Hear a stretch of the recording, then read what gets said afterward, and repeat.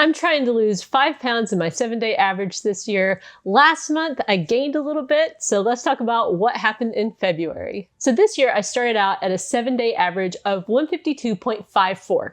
And my goal is to get down to a 7-day average of 147.54, just because I like to maintain in the 140s as my goal range. So I keep my goal range as the 140s. So just like I say in the Laid Back Guide to Weight Loss Maintenance, if you ever get into a place where your 7-day average has creeped up above where you want it to ideally be, all you need to do is just go back to the plan that got you down to your goal weight in the first place. I call the plan that got you down to your goal weight Old Reliable. And that's exactly what I'm doing, except for I've modified my Old Reliable just a little bit because these days I practice OMAD Monday through Friday. I do 2 meals a day on Saturday, and then I take Sundays completely off. But I still continue to have my coffee with half and half whenever I want it during the day, and I still continue to eat whatever I want. And despite being really consistent last month, I did have a slight gain on the scale. My ending 7-day average was 152.8. And there were some factors that I think explain that. You can go back and watch that video if you'd like to. So I had high hopes for the month of February because I thought, okay, not a lot's going on as far as I could foresee.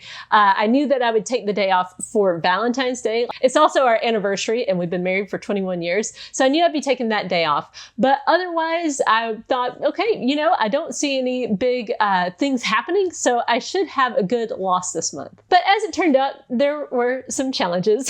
So the first thing was my body was still adjusting to the creatine. And that was probably done in maybe mid-February. According to the research I had done, creatine can kind of increase your water weight a bit. I'm still not real clear on whether the water weight should come off or if it's just kind of like a permanent higher water weight. But that was one factor. But the two bigger factors that I think were influencing the scale were my allergies, which were terrible for the month of February. And I'm allergic to tree pollen. And so right now in Florida, it's still very high. It should peak in March and then be better. So my hope is that any fluctuations that are being caused by that will go away by next month. But the big unforeseen thing that happened, unfortunately, was at the end of February, we started having severe car trouble, and actually it ended with our engine seizing, which led to us purchasing a new to us used car. So that was just some financial strain that was unexpected and just kind of came up right at the end of the month. Despite all that, I was very consistent with my plan. I felt like I was very much in a deficit for most of the month. Like I on my cheat days, probably being more in an energy balance kind of situation. But otherwise, I didn't have a lot of days where I felt like I, overate or anything like that.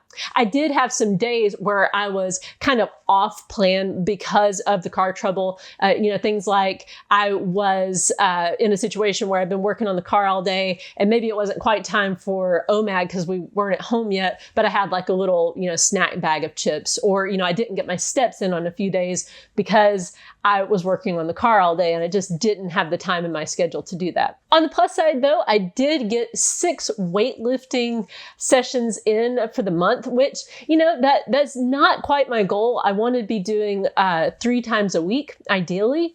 But again, it was just like things just kept happening this past month, which is, it's an excuse, but that is what it is. And I had some victories. So first of all, on the weightlifting side of things, I did have some personal bests. I squatted 50 pounds. My bench press went up to 65 pounds and my deadlift went up to 120 pounds.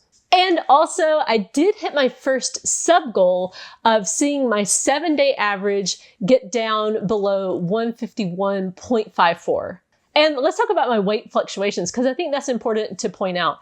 So the most my single day weights fluctuated within a given week was 4.6 pounds. So that's pretty significant, and I'm not really sure if this has to do with the creatine or if it has to do with the allergies or just my stress levels or what. But that's a pretty significant amount, which is why I love averaging my weights. That's why I weigh every day and keep track of my 7-day average, because if I wasn't doing that, it would be really difficult for me to know precisely what's going on with my weight. So again, I started out the month at 152.8, but I ended the month at a 7-day average of 152.34, which means that I lost a total of 0.46 pounds month over month, and I've lost 0.2 of a pound since January 1st. So yes, that's really slow and it's barely a loss, but I'm gonna take it as a victory. And also remember, I did hit my first sub goal. But the thing about even keeping track of a 7-day average, as opposed to just looking at your single day weights, you're still going to see some fluctuation, which I know, when I look back over my weight loss journey, I know this,